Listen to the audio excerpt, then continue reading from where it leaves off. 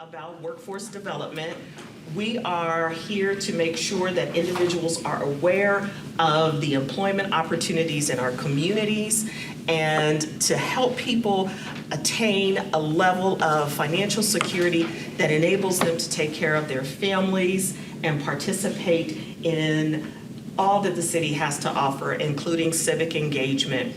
So you all are in the right place. Thank you so very much.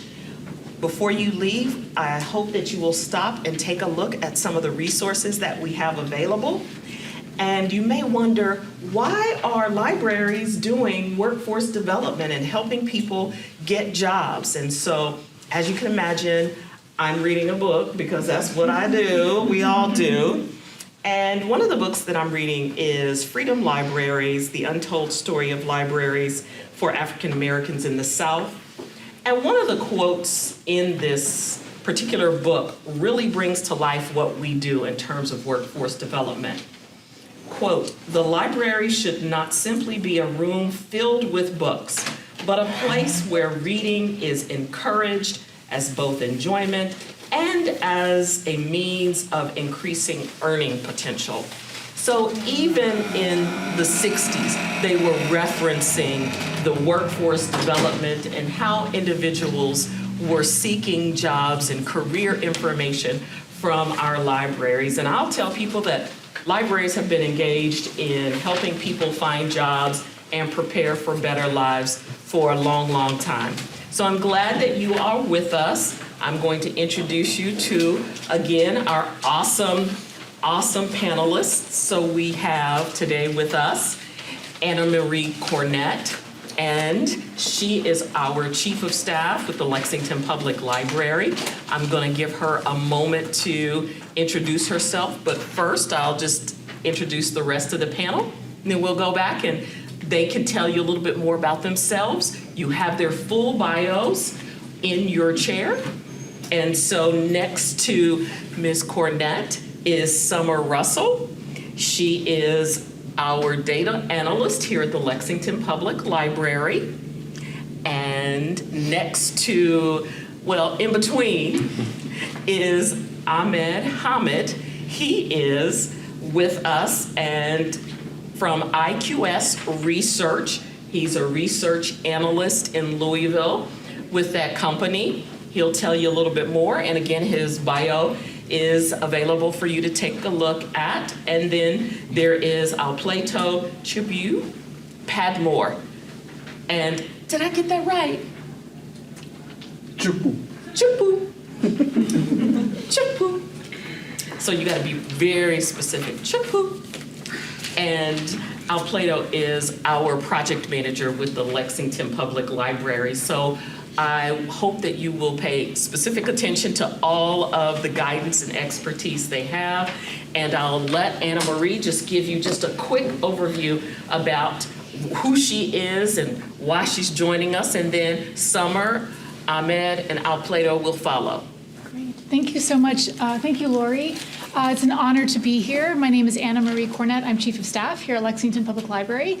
Part of my role is to oversee project management and data analytics. So my team is here. I'm super excited for you to hear from them. Please ask questions, and we're happy to be here and to help you along your journey. Summer? Thanks.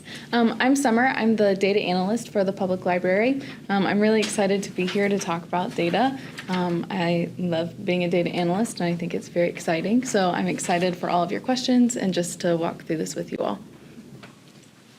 Hi guys, so I'm not a part of the Lexington staff here, but I came from Louisville, a company known as IQS Research, as Lori mentioned.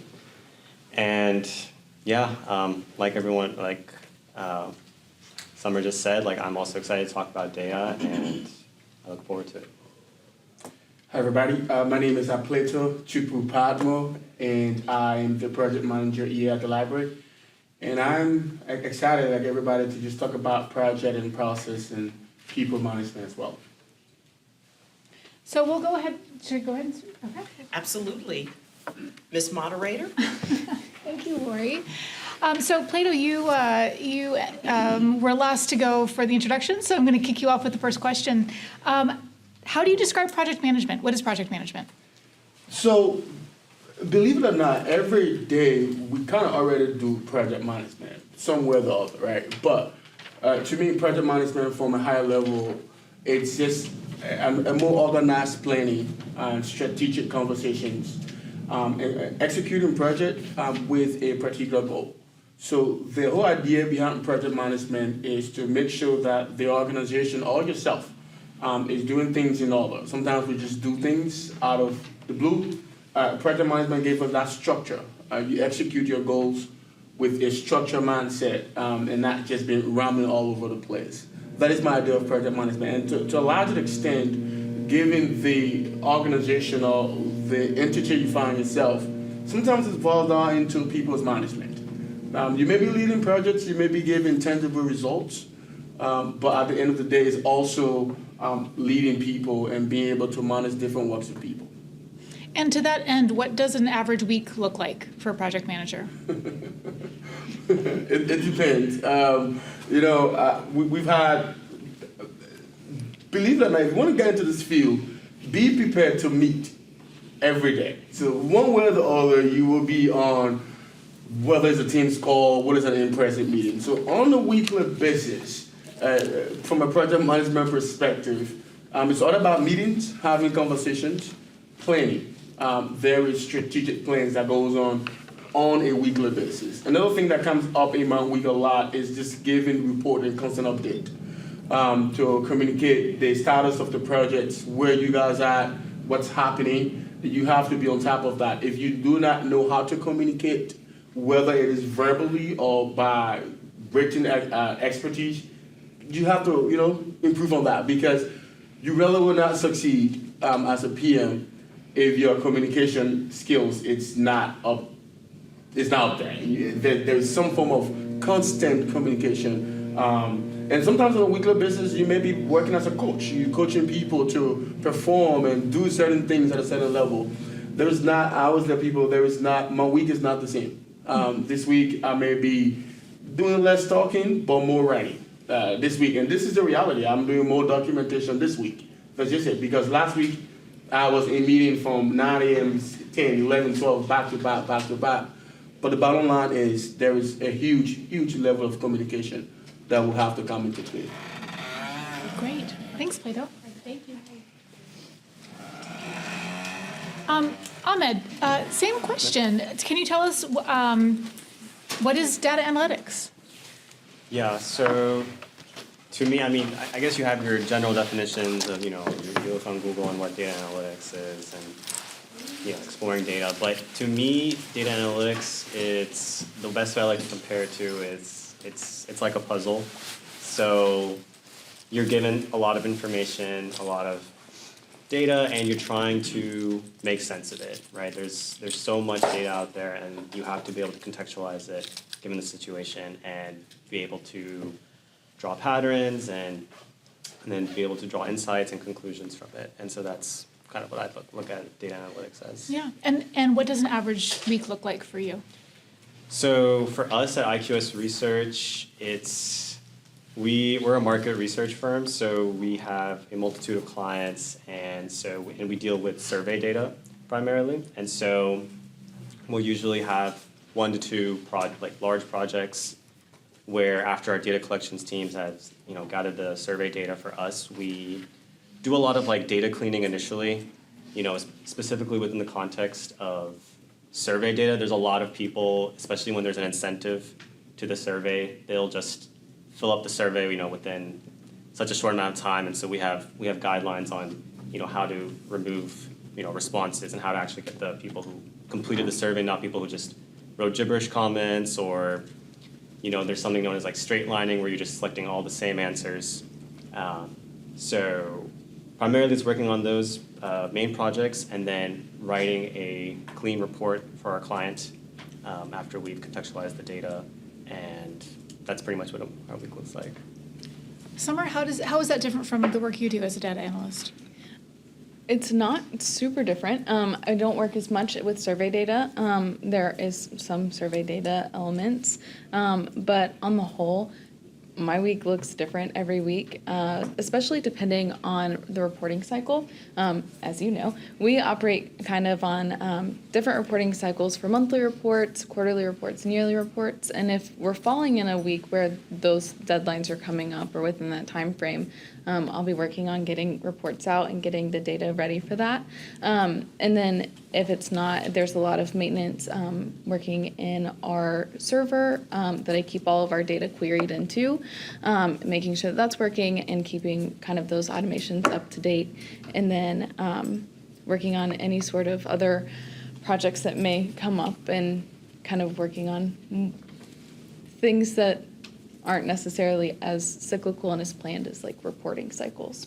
Thanks, Summer. Carmen, welcome. Thank you. My apologies for being late. I was coming from work from downtown. So. It's okay, yeah. Everybody had kind of the opportunity to introduce themselves. Do you want to introduce yourself and say a little bit about your background? Sure.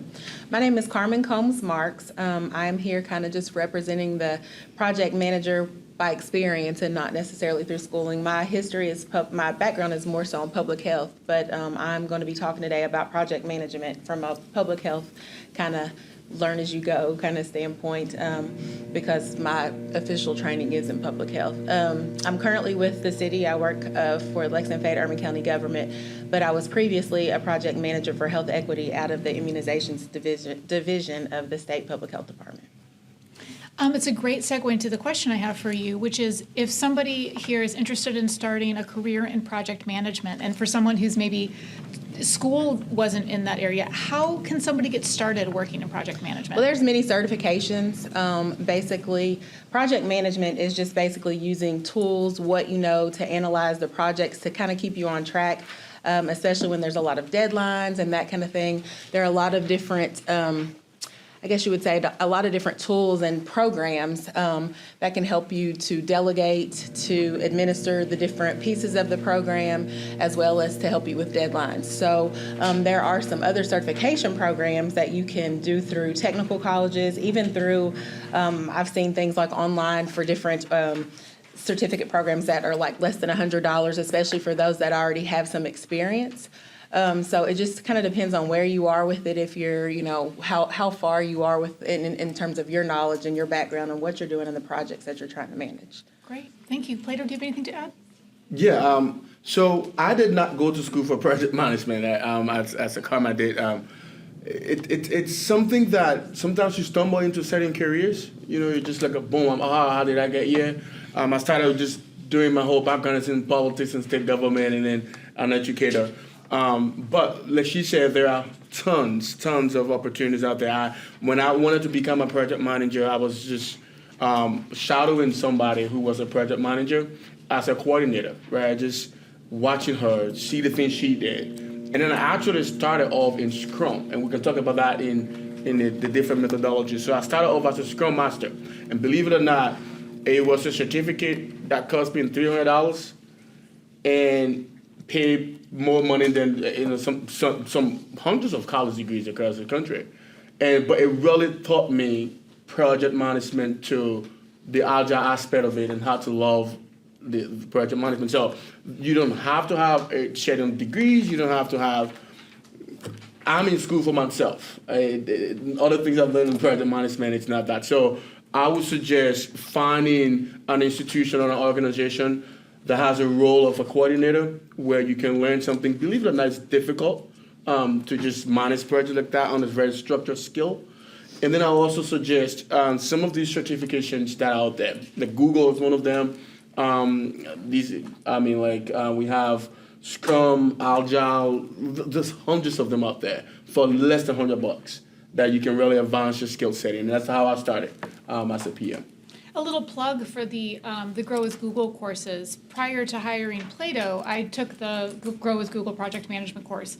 It was fantastic, and I learned a lot of language around the different methodologies, waterfall versus agile. And so when we hired for the project manager, I saw that Plato was a Scrum Master, and I was like, oh, I definitely want that, because I knew what that was just from the Grow with Google course, which is free through the library. So there's a real benefit to kind of whetting your appetite to see if it's something you want to pursue through the library at no cost. So it's a really, really great avenue to go down. Summer, do I need to be a math genius to be a data analyst? I don't think so. I think it's important to know the fundamentals. The reason I'm a data analyst today is because when I was in school, I really wanted to do, I studied economics and I wanted to do math economics and I wanted to be an actuary. And I was so focused on that, but I ended up failing Calc 3 class. And that I was like distraught and, was like, this is going to define my future. And it did, for the better, because then, after I talked with my advisor in school, I ended up going into the data analytics certification program through my university, and I really loved it. Now, math is really important to data analytics and understanding the fundamentals and the statistics behind it and understanding what that means. But it's also a career. You can use Google. If you can't remember an equation, you can just look that up. No one's grading you. No one's going to say, I know you looked up how to do percent change the other day. If that was the case, you would tell me that 2 days ago. But, if you forget things like that, you can always look it up. It's not like it's going to show up on your performance evaluation that you Googled something. So it is important. But also, you can kind of learn as you go. And if there are some things that you don't find are your strong suits in math or statistics, you can always use tools that we have available all the time. Ahmed, what about coding? Is that something you use in data analytics? Yeah, I would say, 100% we use coding, and in terms of what language, that's going to always really depend on the job. I would say, you do have SQL, which is kind of a bread and butter in a lot of data analyst jobs. Particularly as a research analyst, we use R or Python for analysis, and just kind of going off of what Summer was saying, I just want to add on that, you don't need to be a math wizard or a statistics genius, but it does help to know fundamentals and specifically what is a p value, is this statistically significant or not? When you're looking at the data, that's really important. But once again, like Summer said, you're not being graded. You can look up concepts, and that's why the Google Data Analytics certificate, which I also took while doing my master's in analytics, it helped kind of put that foundation for me. And so, yeah. Thank you. Carmen, what would you say are the most challenging aspects of project management? I'd say anytime you have multiple projects dealing with multiple leaders, as well as multiple budgets, and then just depending on your timing, that's why it's very important to be organized and to use the tools, like for me, like a Gantt chart. There's different charting mechanisms, different software that you can use to help you stay on track to determine how much money you have, who needs to be at the table, so you can just kind of, prioritize and meet those deadlines and be able to see kind of where you are. It paints a picture. So I think just being able to be organized and to use those tools is one of the best things to avoid going into any rabbit holes. Plato, same question. What are some of the challenges? For me, I think it's really managing the expectations of stakeholders. Sometimes people gave you a project to lead, and there were changes within the scope or within the budget. Budget always it freaks me out. It scares me. But it's part of the job. It's something that you have to do. And so sometimes you will have stakeholders who will say, I remember one time my previous role, not the library, my previous role, we used to make toys for kids at Hasbro. So that's a big company. And so our company was in Vietnam and China while I was here leading a team in Vietnam and China. And one morning we got a call from one of the directors, and he said, we have to reduce the load of units that we were producing. Well, they've already produced some of it. We've made mass production. How do we do that? So the expectation for me to manage stakeholders is sometimes very difficult. It's a challenge, and when people have different expectations. And like I mentioned, project management is people management. To be able to lead different groups of people is sometimes difficult. And when I started this career, it was very hard for me to assimilate to where I'm at right now because there are so many challenges within that landscape. But to me, that would be the toughest of all. But like she said, there are so many tools to help you organize. If you cannot prioritize something, right now we're running about 36 some more projects right now. That's something that you will not sleep on a regular basis. But prioritization, we can just easily take a look at something and strategize and say, well, this can wait or this can go forward. It's very helpful in project management. Something that I wasn't familiar with, and they would refer to as scope creep, Yeah. because the communication could be different, and then the project kind of outgrows what its initial what it initially was supposed to be. So that changes a lot of things, from budget to deadlines to stakeholders, just kind of the whole project. So I think that with communication is huge, because the expectation from others may not be communicated clearly, and then you depict it in a way that's not exactly what they were thinking to support their expectation. And you have so many projects. How do you manage them all at the same time? You don't sleep. Yeah, like sometimes there are times where I'll wake up and say, oh man, this project is stressing me out. There are weekends I'm a soccer player. Sometimes I'll make that sacrifice and say, you know what, let me just spend some time on this data today to see how this project's going. But for me, really, it's really on the basis of the organization, right? Prioritization, it's what's the overall strategic goal of the institution is. That can really set some things in motion. Because if the organization is moving in one direction, and because you feel you're a project manager, you want to go in another direction, there's always going to be clash. So once you recognize the path that the institution's on, it helps you in prioritizing what's going to happen from a strategic perspective. So again, like she said, you don't sleep. But I think too, like the tools, like the Gantt charts, those help you. It's more than just a calendar.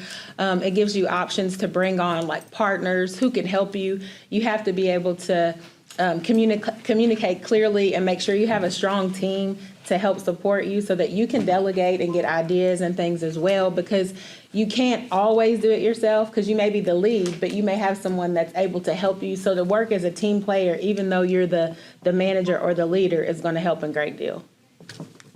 Great, thank you. Ahmed, how do you take the data that you receive and put it into a format that your audience can understand?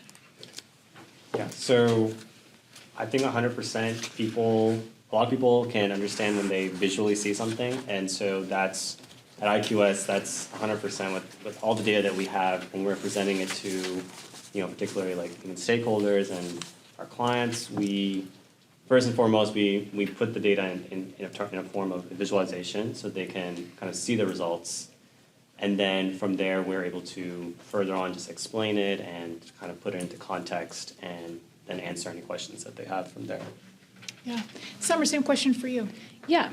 So I think that it is important to talk to whoever's receiving the data on how they're going to use the reports or dashboards. If, I'm creating something for it to be a static report that's going to be printed or distributed via email or something like that, I approach the visualization aspect a little bit differently than if I was going to approach it making an interactive dashboard. And so it can be a little tricky sometimes to go back and forth. But one of the things that, I always start with the visualizations and then start with what questions we're asking. We talk about that all the time of why do we need this information? And that's kind of where I start in terms of building out any sort of visualization. But knowing your audience and who you're going to report to has been really helpful for me. Great. Plato, are there any particular industries that newer project managers should apply for? Certainly. I think the tech industry, whether you like it or not, it's growing, it's booming, and everybody's gravitating towards that. But I would recommend health industry. I think within the health sector, sometimes it's difficult to get that sort of expertise. So if anybody really wanted to, again, you don't have to be a medical doctor or somebody from a science background. You don't have to be Albert Einstein to get into the health industry as a project manager. I know somebody who's working at a pharmaceutical company as a PM, but she did business, right? So again, it's just about the principle that you apply. So I would recommend the health industry. Anything with regard to construction, that doesn't end. Construction PMs spend, and if you have some data background or some background in business and administration, and you get into construction, that's really going to help you, because there's lots and lots of budgeting that goes on in construction, and there's some architecture thing, but you don't have to know them, but the concept is implied. And so those would be my top recommendation. Now, within my field of education and research or higher education, it's difficult to be a PM in those fields, because sometimes people are looking for your particular expertise. You are a research analyst, or you have a PhD in something before you can lead some of the research institutions. But for the larger scale, health industry, and the IT industry, the IT world is, there's so many things you can do from a PM perspective within IT as well. Carmen, I'd love your viewpoint on that as somebody working in healthcare. No, I was going to say, I would have to agree in healthcare and, of course, information technology. As the world is moving to more computer this, computer that, I think that there's always room for more work and project managers. And as we've all gone through COVID, I think that was a big thing in terms of the money that we saw that we had to put back into the communities. There were a lot of projects, and that's what I managed several projects dealing with different grants and funds to support local and state projects. So I think healthcare is definitely a big one. It's something that's always changing. And so when something's always changing, you always need systems in place. And so project management is definitely needed. Construction, I think one of the things people think is it's always technical. Project management doesn't always have to be technical, and it doesn't always have to be a big project. It could be something as simple as planning a baby shower. It's just basically you have a target date, you have a goal that you're trying to reach, you have this much set aside or a budget to complete that project with. So it doesn't have to be like a big, huge project. It's just a way to stay on task and a way to kind of paint the picture of what you want and the steps to get there. Great. Thanks, Carmen. So Summer, for somebody who's just wanting to start out a career in data analytics, where do you recommend they start? I would recommend the Grow with Google certification. I am about halfway through the course, through the certification myself, and it's been really good to refresh some of those skills. And I think it's, like you were saying, for the project management, it is a fantastic certification, and how the information is presented is really helpful. There's also a lot of information available on LinkedIn Learning, on YouTube. You can find so much information on data. And then one of the things that I would recommend is just practice. So data is really all around us. So you can get practice data sets online for free. You can start tracking your own data. I was at a conference once, and someone said that they were working on something for fun and they love to run. That could not be me, but they tracked their runs that they were doing and then made it into a dashboard. So I would really highly recommend taking data that either you find interesting or that you collect yourself, get used to the process, and build a portfolio too, so that you can have that in your arsenal when you're ready to apply for jobs and you're going through interviews. I think that's really helpful and important, just to have some examples of what you're able to do, but just play, honestly, at that point with data, and see what things you can learn on your own in the courses, and what you can get from whatever data you find. Ahmed, I'm going to come back to you with that same question, but I want to follow up on something you said. So what tools do you use when you say build a dashboard or track your data? How do you begin doing that? How do you do that? That is a great question. So there are a ton of different tools that you can use. So personally, I use Power BI here with the library. I also have experience using Tableau. Both are pretty well-known visualization tools. Typically what I've seen in the jobs that I've been looking for, granted, in my time, I knew that I knew Power BI and I knew Tableau, so it could just be that when I was looking for this job, looking for jobs that have those listed as skills, but those are the two bigger ones that I see personally. But you can also make visualizations and dashboards in Excel. Excel is so powerful.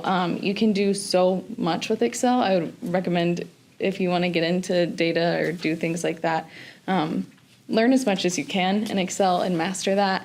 But then those are the tools that I use for visualization, and there's so many tools. You can also use infographics are really powerful. We've learned that, thanks to Kayla. Infographics are really important. So if you can do a little bit of the graphic design work on Canva, I would also recommend that for just like bite-size data points.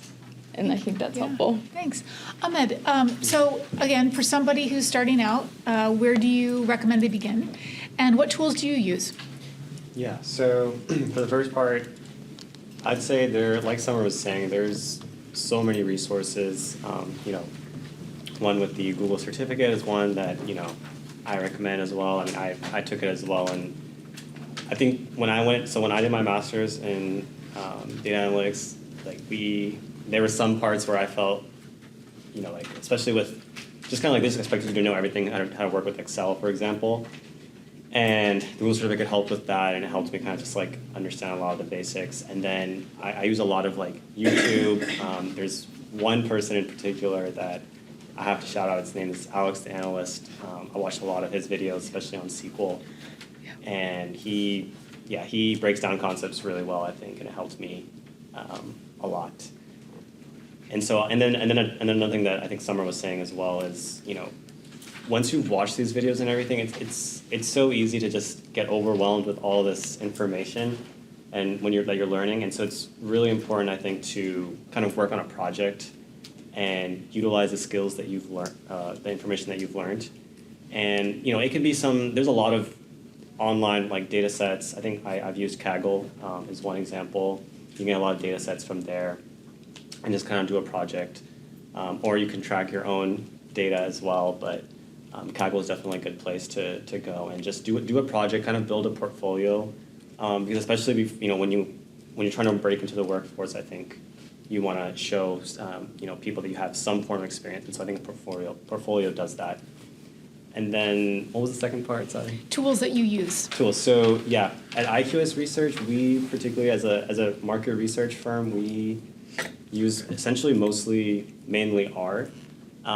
As our coding language, and we do a lot of kind of statistical analysis on the data, and whatever our client kind of really requests, that's kind of what we then we look at, and we then present to them based on what we find.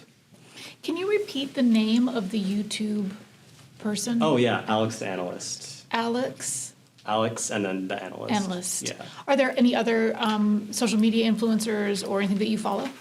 Yeah, another one that I think she posts really she posts 60-second, 1 minute Instagram reels. Her name is Jess the Ramos. She's a senior data analyst, and I follow her content as well, and I think it's really helpful.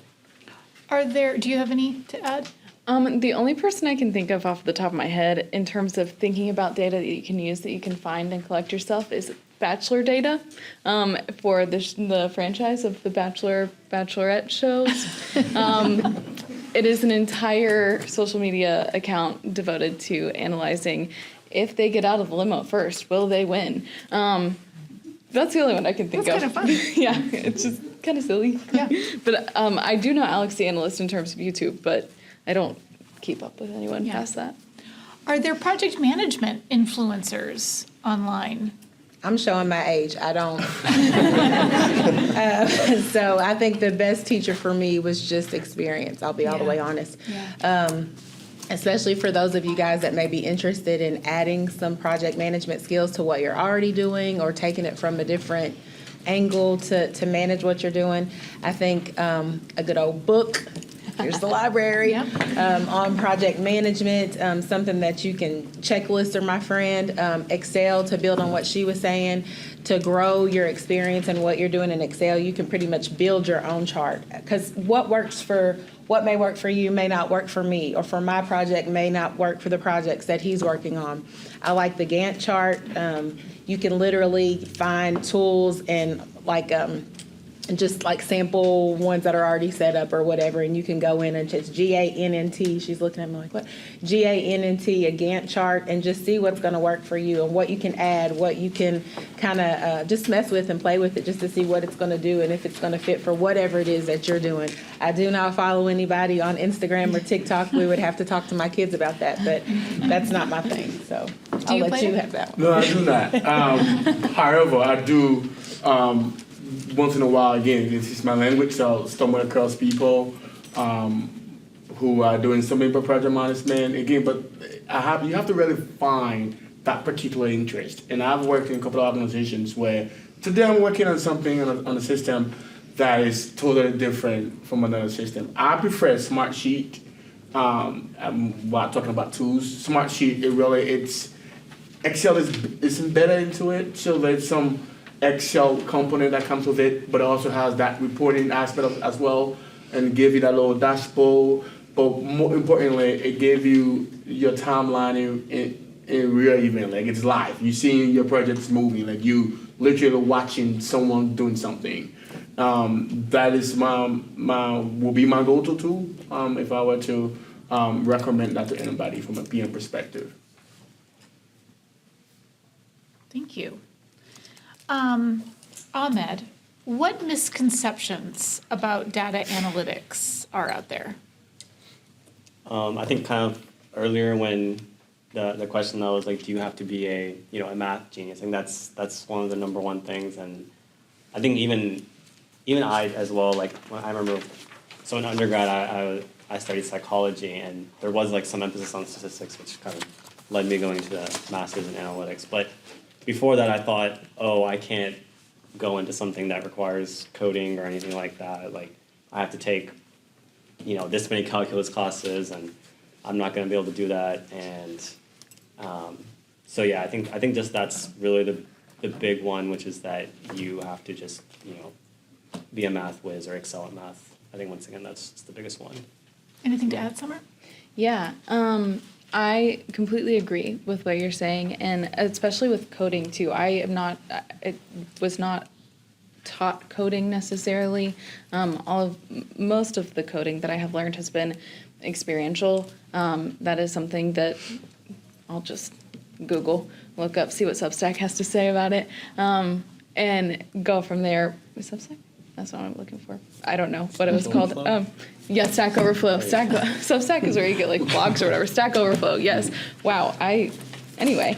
But I think that's a big misconception, is that you have to know everything. And then I also think that being a data analyst and the title in and of itself can be a little bit misleading. I have learned with my friends that are analysts or started out as analysts, you can branch off into so many different directions, right? Like if you have experience more with coding and programming, you could go more towards like database architecture, database management, and then you could also, on the analytics side of things, if you're really into visualization, that can go into like website development. And some of those fundamental building blocks can build out into so many different things.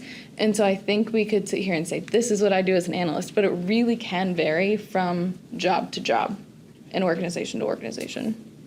I think having worked with you and seen data analytics as it's kind of grown, is the biggest skill you can bring is curiosity, because what you're trying to find is an answer to a question, and what data exists that can help us find the answer to that question. So more than any technical skill, it's that process of being curious and asking the questions. That's exactly what Ahmed said earlier about data analytics being a puzzle. I think that's the best way to put it, is you just have a lot of pieces and you got to figure out how to put it together. Mm-hmm. And we can have completely different approaches to how you put together a puzzle. And a lot of times too, there's a lot of taking apart too. So the curiosity and not being afraid of messing things up.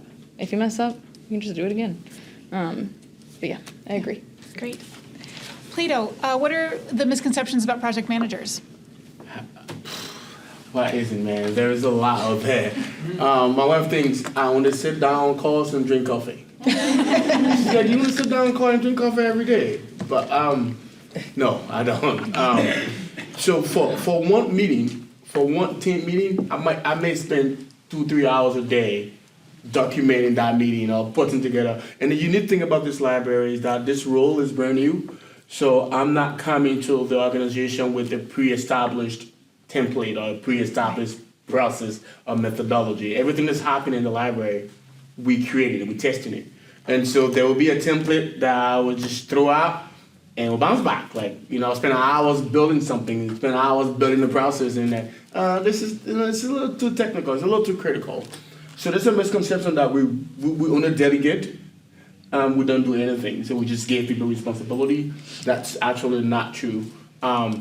Because in project management, yes, you are dedicated responsibility, but you are also leading that ship. So if you slack, the entire team slack. If you sleep, the entire team sleeps.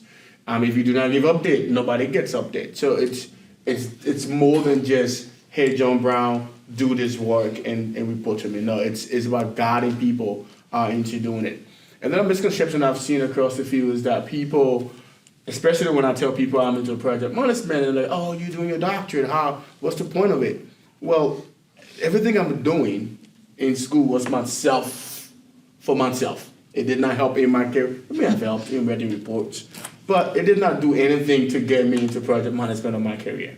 Okay, I started off in government. I would rather, go and become a college professor somewhere, and I love that for myself. But from a career perspective, you do not need to have college degrees. A whole portfolio of education to pursue that. There are lots. The person who mentored me, I was more educated than her on paper. Like I had more degrees than her on paper, but she was my mentor. She led me and she shepherded me into project management. So I think that's a myth that we have to break. And finally, if you want to work in healthcare, it will help if you have a health background. You don't need to be a health practitioner. If you want to work in construction, it will help if you know something about engineering. But you do not need to be an engineer to work as a construction project management. I love strategic plans. I love building organization processes. So I'm looking for opportunities that will put me in that space where I'm able to brainstorm with the organizational leaders for the next 3 to 5 years. That's what I personally like. That's what I prefer, right? It doesn't mean that I cannot excel somewhere else as a project manager somewhere else. So it's really about finding your niche and knowing what you really like to do. Carmen, do you have anything to add about misconceptions? I think he stated the main one about you do not have to have like a degree or whatever. You continue to learn and grow and build as you go. I think another misconception, again, I think I touched base on this earlier, is that it's just for huge projects.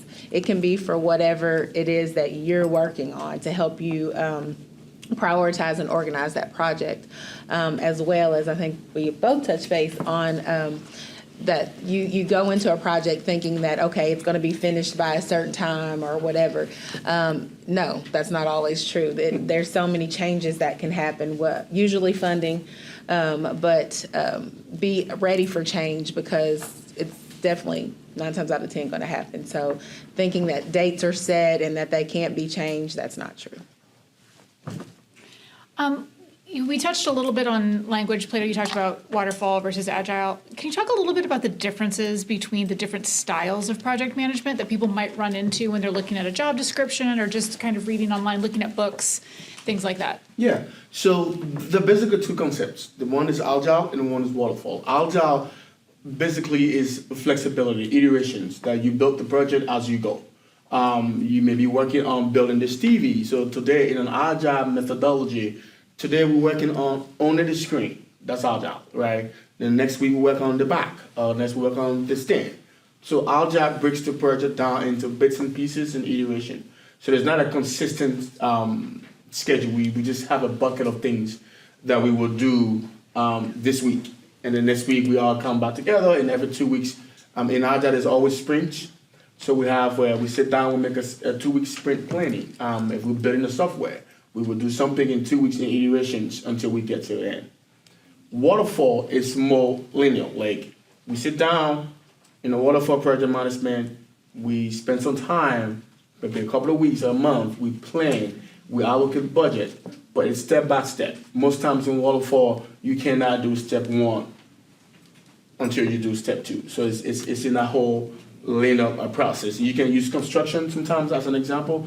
You cannot build the roof if you do not have a foundation in that kind of area. Agile is usually prevalent in IT, software development. At the library, we're doing something called a hybrid. So there is a mix of Agile and waterfall. We spend some time, we analyze, the budget, and we say, okay, this and this is going to happen. But we are flexible enough to know that change is going to happen, and we can make that change, and we can bend some things and increase the budget or take some budget out. So those are the two main concepts in project management. But I think now most organizations are going more towards a hybrid module where there is some level of strictness, but there's also some form of flexibility. Do you have anything to add, Carmen? No, I'm sorry. Sorry. The waterfall, when you have, you need to produce documentation, there are certain deliverables, that would be the one that he would speak on. And for me, working with federal monies and that kind of thing, you have to do kind of a step-by-step process. That's the one that's most common, but I would agree on the hybrid model, depending on the project that you're working on. Just a couple more questions, and then we'll get to the audience. Ahmed, I'm curious to know, when somebody asks you for some information, what steps do you follow to get their data request to them?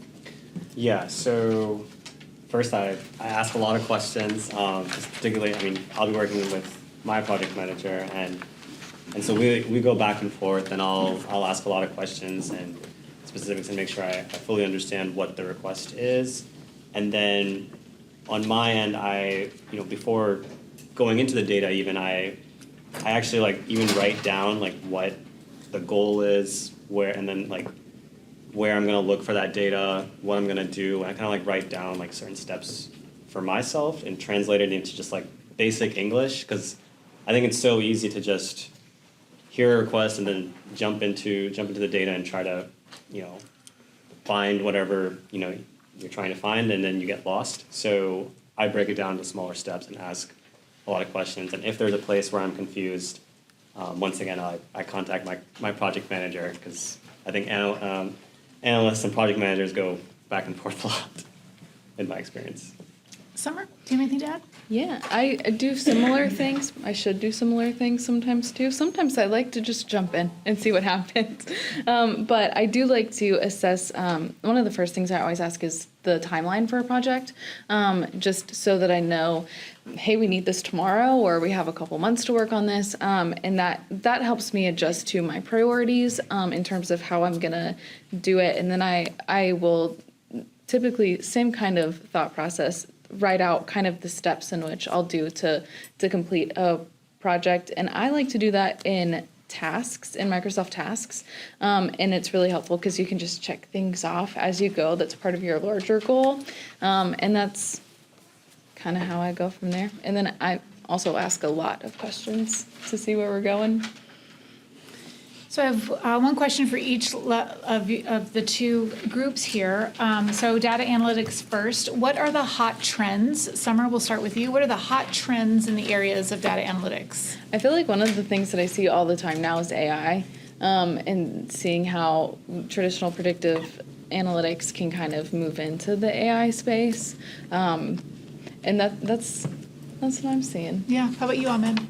Yeah, that's the perfect answer, honestly. Everywhere that I look, when I'm looking through my LinkedIn feed as well, it's AI and basically automating the processes and making it faster. And I think that's just something that we're going to continue to see and hopefully be able to kind of bring into our own toolkits as need be.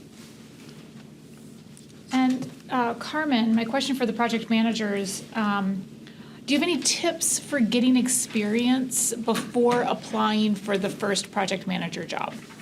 I think experience is the best teacher. So just to, she's used the word Google. If you don't know, Google it. I think from experience working from home, kind of being my own IT in different positions, not just in the project management role, but you find a lot when you have to do it on your own. Like when you have to be your own IT, your own advocate, it's the best thing, I think, to utilize your resources like the library and like this Grow with Google, because it helps you to know kind of what to look for and what questions to ask. So you kind of know how to navigate what it is that you're looking for. And I think as things change, as trends change, as things become available, whether it be at the library or other local resources, I think it's important to take advantage of those things. I think, wrote something down and I forgot. Being able to just kind of, if you work at a company, a lot of times your organizations may offer classes or things that you can do to expand outside of what your original scope of work or your area is. I think take advantage of those and to network. The more you network and ask questions, I think the better, because you'll never know who has whatever knowledge and how they can connect you and support whatever it is that you're trying to do. Plato? What's the question? What tips do you have for gaining project management experience before getting your first job? Yeah. So like she said, man, it's really trying to figure it out right on your own for most of it. But there are a couple of things I would like to recommend. Again, a project doesn't have to be a marvelous exhibition, right? I started off planning a graduation party. As simple as that sounds, but that took work. It took me having my cousins, his mom, and their dad, and I was like, okay, what's the budget for this party? What do you need? When will things be done? When can we reserve the hall?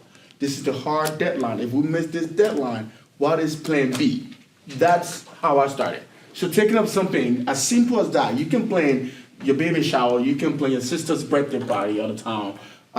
You can do something, start from there. And then also, don't look for the lucrative job. Don't have high expectations about, oh, I'm gonna start working from home. It took me years and years to get to this point where I can I can decide if I want to work in this environment or not. Be open-minded and be willing to learn. Look for an opportunity in a lower. It doesn't mean you're dumb or it doesn't mean you're not smart.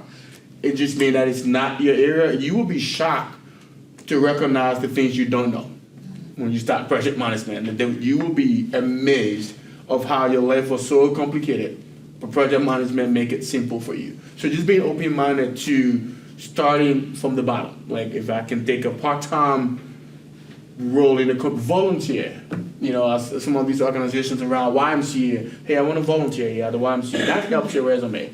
Volunteer at your church, volunteer at the library. Hey, can I just do 1 hour a week on project?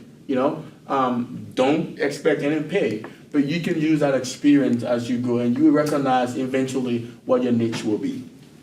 Thank you. I think we've all project planned even before it had Yeah. the name project planning in some sort of form or fashion. So exactly what he's saying. Just have trust in yourself and just continue to look for resources to help support that and make it better. Absolutely. So there's a lot of resources at the library. There's Grow with Google. Summer mentioned LinkedIn Learning.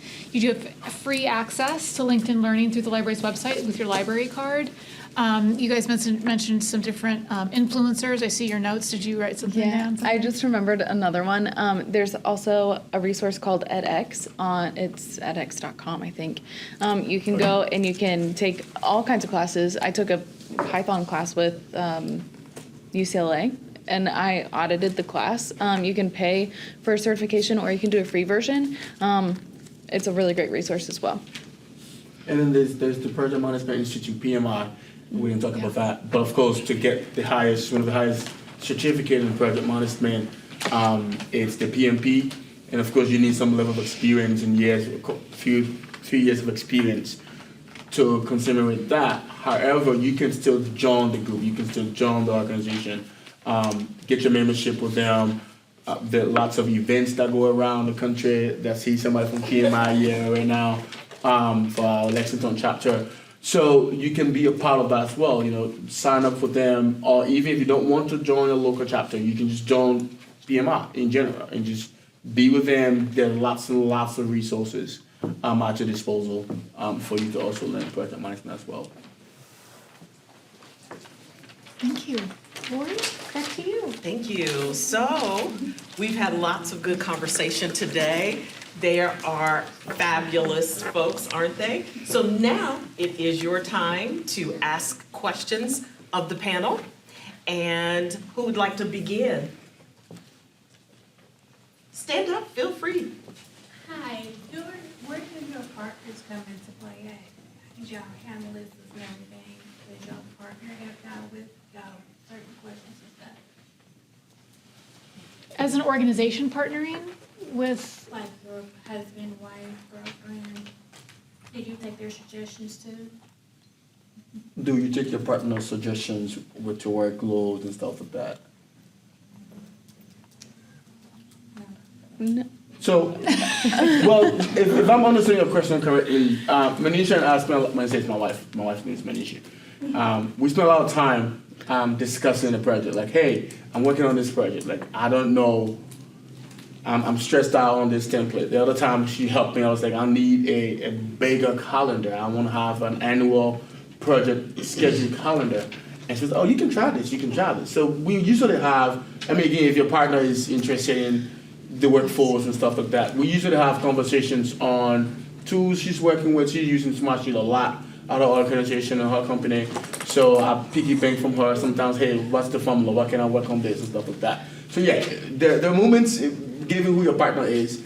Now, if your partner is not interested in that, it's a waste of, it's a waste of time. But for me, in my experience, we spent some time talking about techniques, approaches, how to handle certain people or certain stakeholders who have been difficult and stuff like that. Yeah.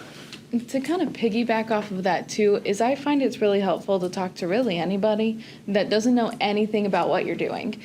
For me, if I get really stuck and I'm like down in the weeds trying to figure out some sort of coding issue, and I cannot see anything past the one small issue, I will talk to a partner, friend, coworker, whatever, and walk through the process like you're explaining to someone who doesn't know what you're doing, because you are.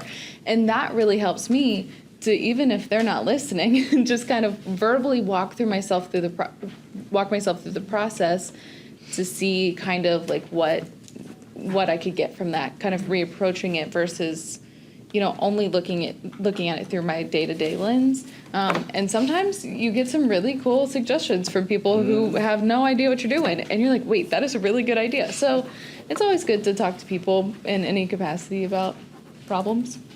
I think from project management can be something as simple as planning your family reunion.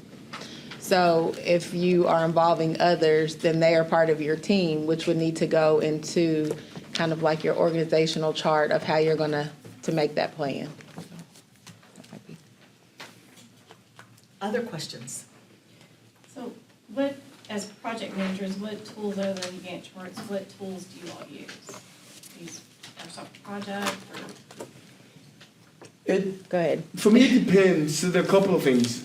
Two things. It depends the organization, right? It depends what's at the organization's disposal. When I joined the library, we had Teams, Microsoft Office Teams, and people tend to overlook that. I believe that is one of the most powerful things ever created by Microsoft. You can run a full-scale project from any level. I mean, you can be in the pharmaceutical industry, Walmart, whatever you want to work with. You can run a full-blown project in Teams because they have the options for you to do that. And right now, they have the little upgrade they just did a couple of weeks ago. You can run a whole sprint in Teams. They have Microsoft Office projects that you can use. I love Smartsheet because it just breaks them down in a very granular way. Now, PMI is introducing something called AI as a project management, right? So there are lots of things that, again, I tell people, AI will not take your job, but unless you don't know how to use it, right? So they are bringing tools, so many tools to break your work down in the simplest of form, but those tools have to be managed by you. So I would recommend, whatever organization you join, if you're not familiar with that, I started off in Jira. Now, Jira is a little bit, high level and a little bit complicated, but it's for software and all of the extra IT things, but that's what I started with. and that was my strength for a long time.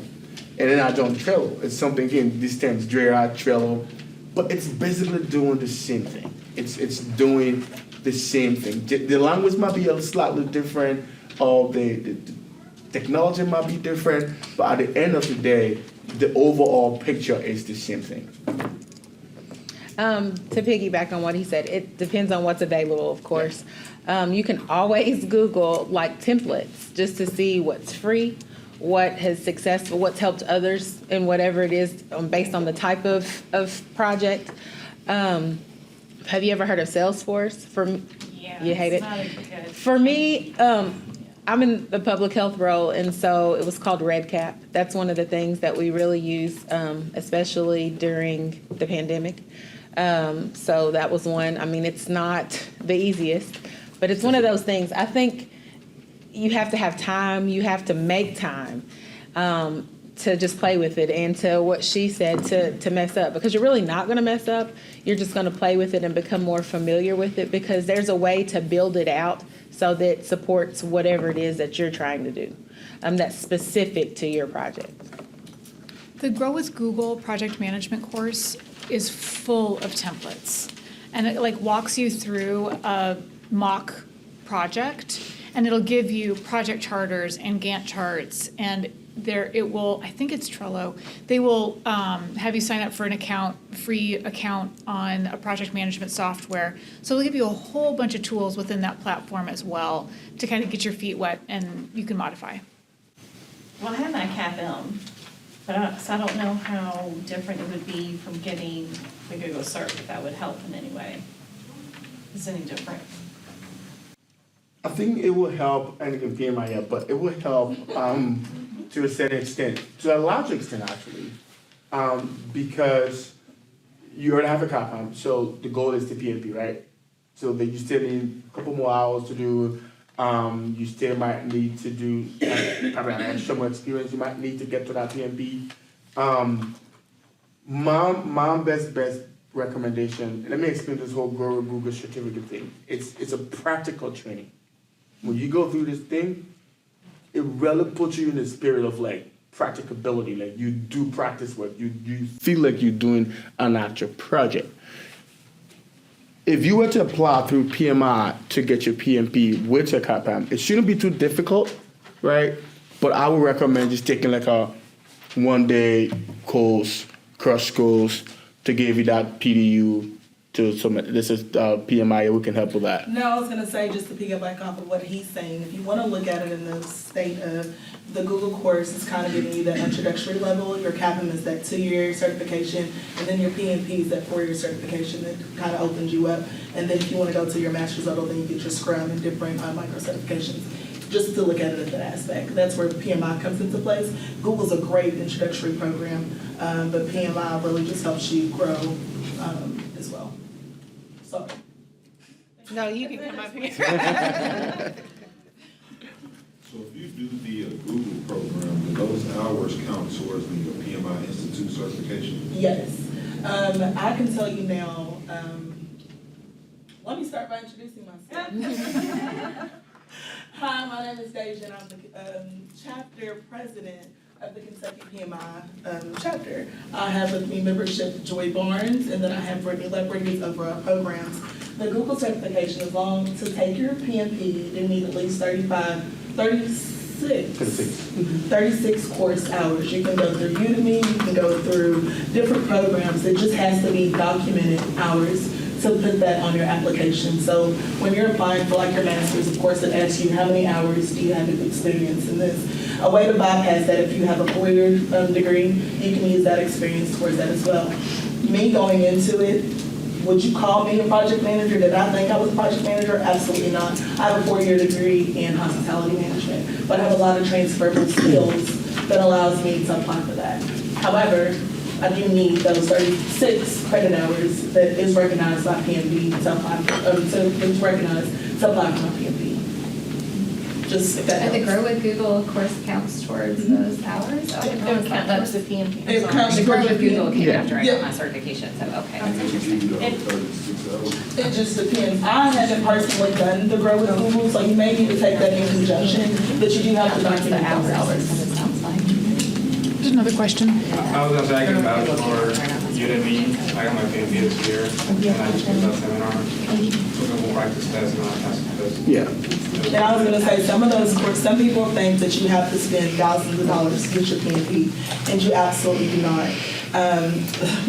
Truly, there are courses on Udemy for $20. and you can $30. I swear, I saw some on Retail Me Not or something like Yeah. that, like one of So, those like, or something. 30. Yeah. And there's always codes out there for you to get those credit hours, for you to apply. And it may be that you start with your CAPM, you get your CAPM, you have those 2 years experience, and then you just need so many other career hours to prove that you've worked on this project for however many long. And as long as that's documented, you submit that through PMI, they say, okay, this looks good, and then they give you a date. You have 1 year from the date that they approve for you to take that test. So then that's when we can in. I need to do over so she can be first. But wait, she will come up over the you know, you're jumping ahead. But does anybody else have any questions that they'd like to ask? Okay, go ahead, Mr. Lane. So, I worked in software development years ago, but enjoying teaching high school for about the past decade. It seems like with software development, a college degree used to be just a requirement to get in the door. It seems like now, some of these certifications, your portfolio of work could substitute. When you talk about data analytics, do you feel like, the college degree is a requirement, or there are other pathways into those career fields? I was about to say, I don't know, whatever. Okay, I can take- Yeah, go right ahead. So, I think certainly like when I started my journey, like I ended up, someone might be able to answer this better, but like I did my master's in data analytics then, but before then I was kind of doing a lot of self-learning, and I was taking a certificate, and I was kind of building up on my portfolio. But I would say the value that I gained from the master's was more so networking, because I think that's kind of one of the main things that actually gets you a job, like having the skills, learning everything, like that's like the bare minimum. But actually, like when you look at it from an employer standpoint, there's so many resumes, and they all say like we know all these skills and we have these projects. So how do you narrow it down? And I'd say that's just where in my master's how I kind of found IQS Research, my company, was through networking, and I talked to the CEO, like my boss now, right? And then later on I was able to connect with him, and that's how I got my job. And so I'd say regardless of degree or not, I think networking is just one of the more important parts. Yeah, I completely agree. Networking is really helpful and beneficial, but I think too there are so many different ways that you can gain the skills. I think the hardest part with anything is what gets your resume through the door. So if you have those skills listed, that is really helpful. But also, again, having a portfolio and showing and demonstrating that you can do these skills is really important, even if they don't ask for it. I have always gone into my interviews with a portfolio and saying, hey, I have a couple examples if you want to see. So that way they can tangibly see, hey, this is what I can do. I did this in so many hours. It took these skills. I had to clean this data set, or I collected this data set on my own, or, all of those things. So I think it's reasonable that you could get in without the college degree and background, because I think from my experience and the people that I've talked to and the people in my circle of colleagues, it's all been more of, I don't really care what your background is, just show me you can do it. And that is very helpful to be able to say, hey, I can do this, here it is. So I think that's the most important. The other comment I'd like to make about data analytics, and when we posted the position and created it, we really, I had to, break Summer's heart and tell her she's not a unicorn when we were doing this, because you have data visualization and you have data organization. Those are two different skill sets. And I think Summer's absolutely correct that being able to showcase what you do Summer's a whiz at putting together a Power BI dashboard. We use our marketing team for our graphics because that's not I'm her skill not a set. graphics And that's okay. girl. That's fine because those are two different skill sets. So you can also kind of nurture both sides of that visualization side and that data mining side. So That's a good point. yeah. Yeah, if you're talking about transitioning to the analytics, like graduating from Excel, and you look at things like Power BI, Tableau, and SQL, like, how would you do that sequence to go through that first? Let's say you have a technical background, you are very good at Excel. Like, what would be your next thought for what people expect? Personally, I really like this question because I was thinking about it today, so thanks for asking. But one is I would look at Excel and I would look at I think there are free trial options, not sure. I would move to Power BI personally, just because Excel and Power BI are both Microsoft, but you can use DAX which is the data analytics expressions that you would use in Power BI. You can use that in the Power Pivot option add-in on Excel, and so you can transfer over some of those skills. So that would probably be my next step in terms of like platform. In terms of languaging, I would go to SQL, just because I feel like that's everything that I've come in contact with has SQL, whatever iteration of SQL has been pretty important. And you can practice with that in a lot of different places, but those are the two branches that I would go to. I would go from Excel to Power BI and then learn about the SQL language. I bet Yeah. you're nodding, yeah. Yeah, I was going to 100% agree with that. I mean, I was going to say if you already have fluency in Excel, Power BI will easily kind of transfer over, and like we kind of mentioned, there's a lot of resources, free resources that you can use for that, and then SQL as well, managing database, and then I think that the other, you'll see like in job descriptions, you'll see like R or Python as well, but those are kind of more like more above than like what you kind of like need like at the minimum. So those are something you can learn on later on, but I'd say really focus on those two, Power BI, SQL, or you can even, if you don't like Power BI, you can look to Tableau, but I think it transfers over if you know Excel. Yeah, I would agree with that same stepping stone from Power BI and Excel to then R and Python, because those are both really nice to have in your back pocket, but that's not something that I came out swinging with. Something I've learned. R and Python are coding languages, right? And SQL is like platform for analytics that uses those coding languages. Am I right? SQL is like, so it's a database, so it's like, you're right, and then R and Python is more so just if you're trying to do more advanced analysis. That's what. Yeah. And the growth Google course you guys are talking about, is that the same thing as the Coursera? Google Certificate in Analytics? Yeah. Those are, okay. Yeah. Yep.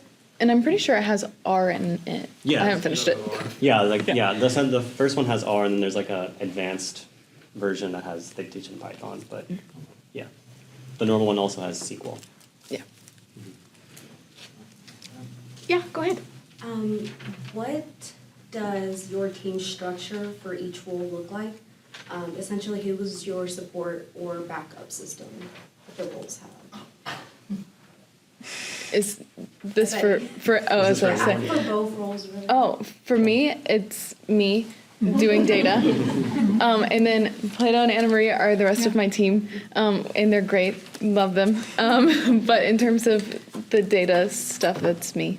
And then I do. Now, I want to say, you have a tremendous amount of support from other libraries, other data Yes. analysts and libraries. Yes, networking is so important. When we were at a conference, I got to meet in person with some of the libraries that we were working with.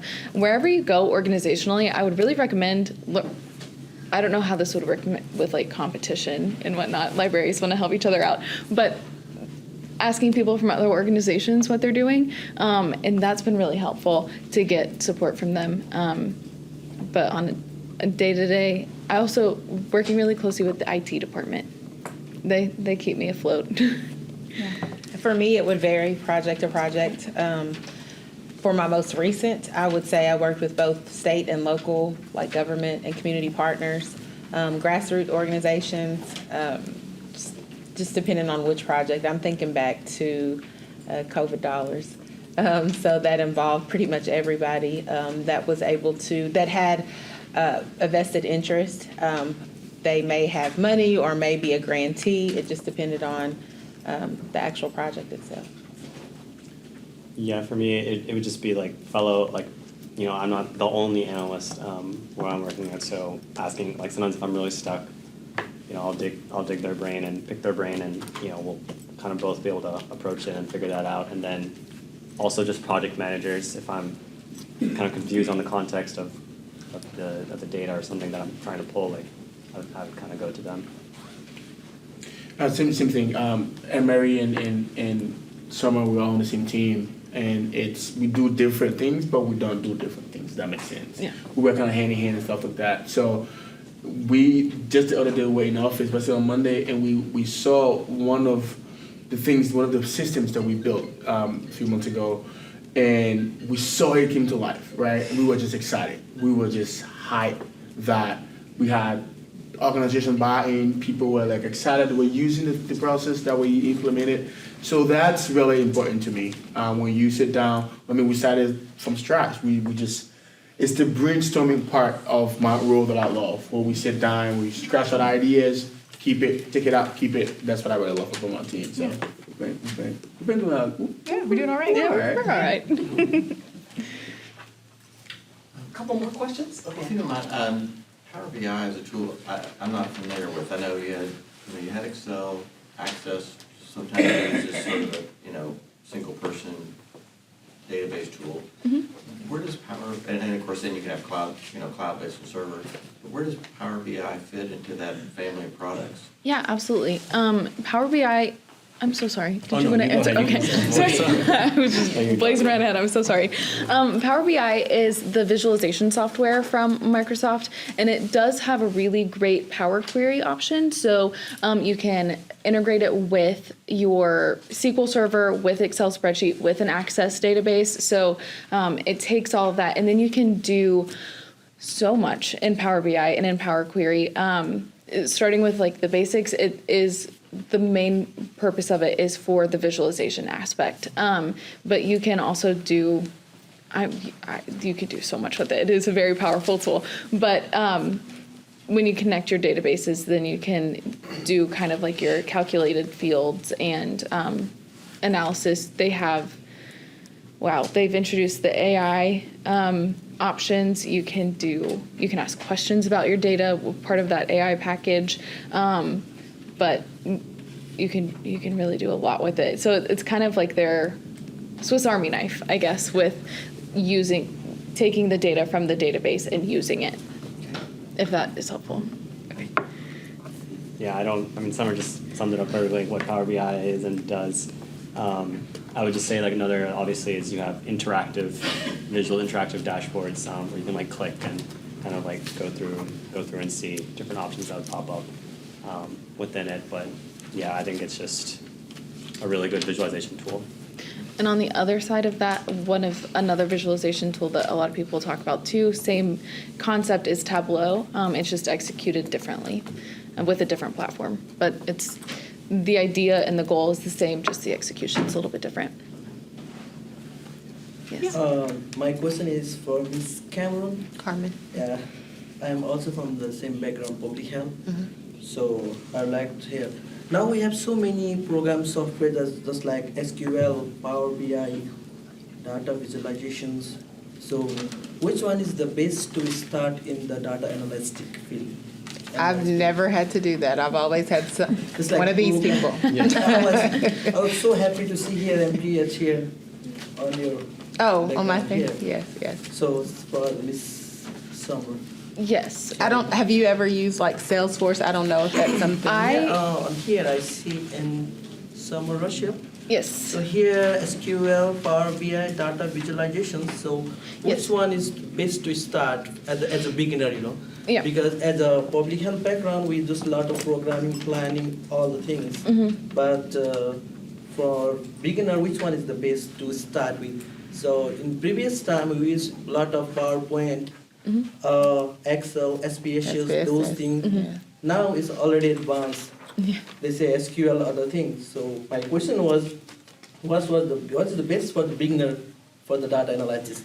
Yeah, for beginner, I would start with Excel because Excel is so incredibly powerful. You can run a ton of different modeling options out of Excel. There are a ton of add-ons and add-ins that I have just recently discovered that give you an option to do, like, you can do regression models. You can do so many things just in Excel.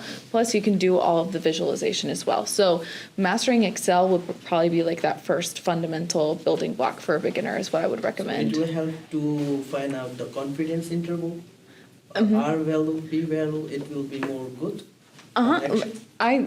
Excel, you can find those things within your models, and then with statistical modeling, Ahmed might be able to help a little bit more answer that question. Yeah, do a little more particularly statistics. use R for that. I mean, R was designed for doing statistical analysis and building models, and I haven't really done it in Excel. I mean, I know you're talking about and then having the options. I haven't used it, so I don't know how well it does it, but we use R for that, and it's just it's a really clean layout and in terms of the code and whatnot. So for R value and confidence interval, Python is the best. Python or You can use Python as well, yeah. There's so much. You can use Python or R. I mean, there are I guess you could say in those bigger tech companies, they might, because the engineering team might use Python, then in turn the analysts and other data analytics team might use Python, but you can kind of use R as well. They're both kind of interchangeable in terms of the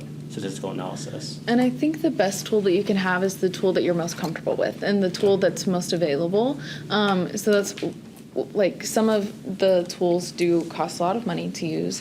They don't have super long free trials or anything like that. So if you're doing it kind of on a personal basis, whatever's most accessible. But then past that, whatever you feel most comfortable in, you can figure.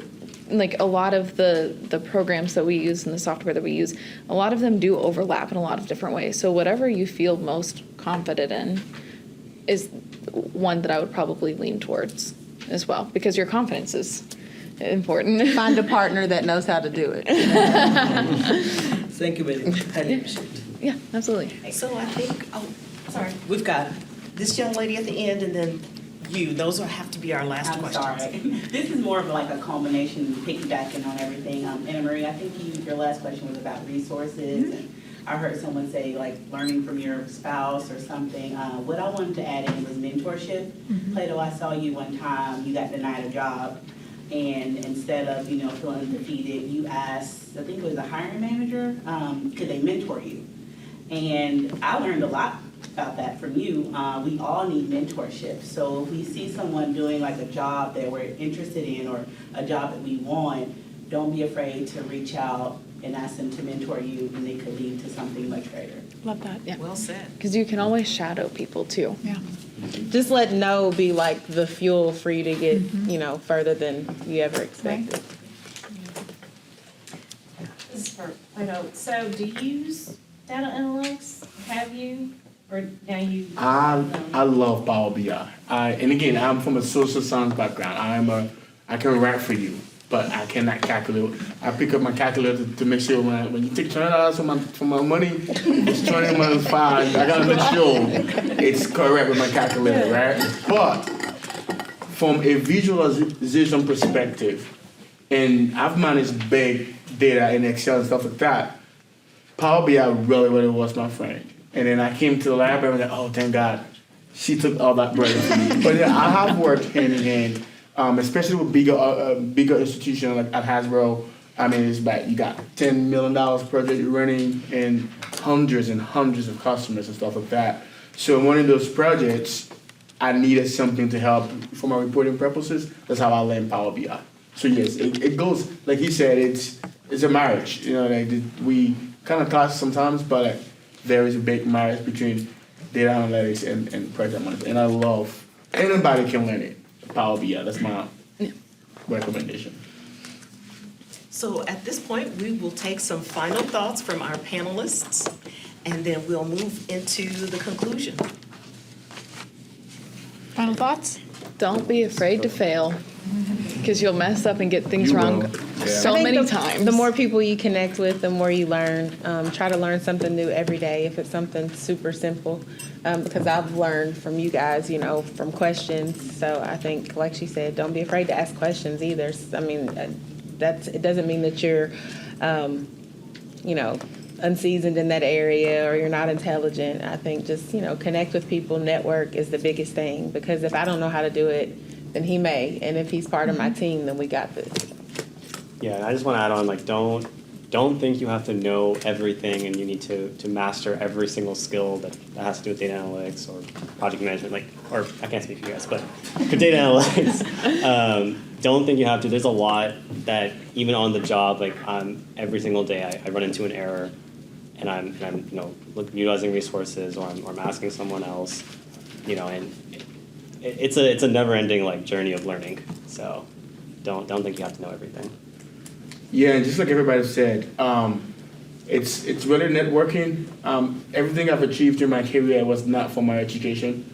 It was for me knowing somebody and just talking to somebody about my career interest. Everything. I mean, literally everything. I don't think people look at me and give me that opportunity because of that. But the willingness to just know that you will mess up, you will make mistakes. There will be times that you will not understand this. And again, if you want to get into my career field, don't sit down and automatically think that it is a lucrative field there for you should have the passion to manage multiple people and just be organized. If you disorganize, it's just, if we can discuss different career options. I mean, I was saying, Anne-Marie, she can call me at 2 a.m. Don't do that. But she can call me at 2 a.m. and say, what is the status of this project? Right. And I'll tell you. Right. You have to treat your projects like your babies. Like you play with them every day. You know them in and out. So you don't want someone to give you. You cannot be the project manager over a project and then someone else have more detail about that project than you do. It's it's a little concerning. So it's again when you get into this field, it takes time to grow into it, but it's not that difficult when you ask the right questions. So. At the outset, I told you that we were going to have an amazing, awesome panel, and didn't I tell you the truth? So thanks.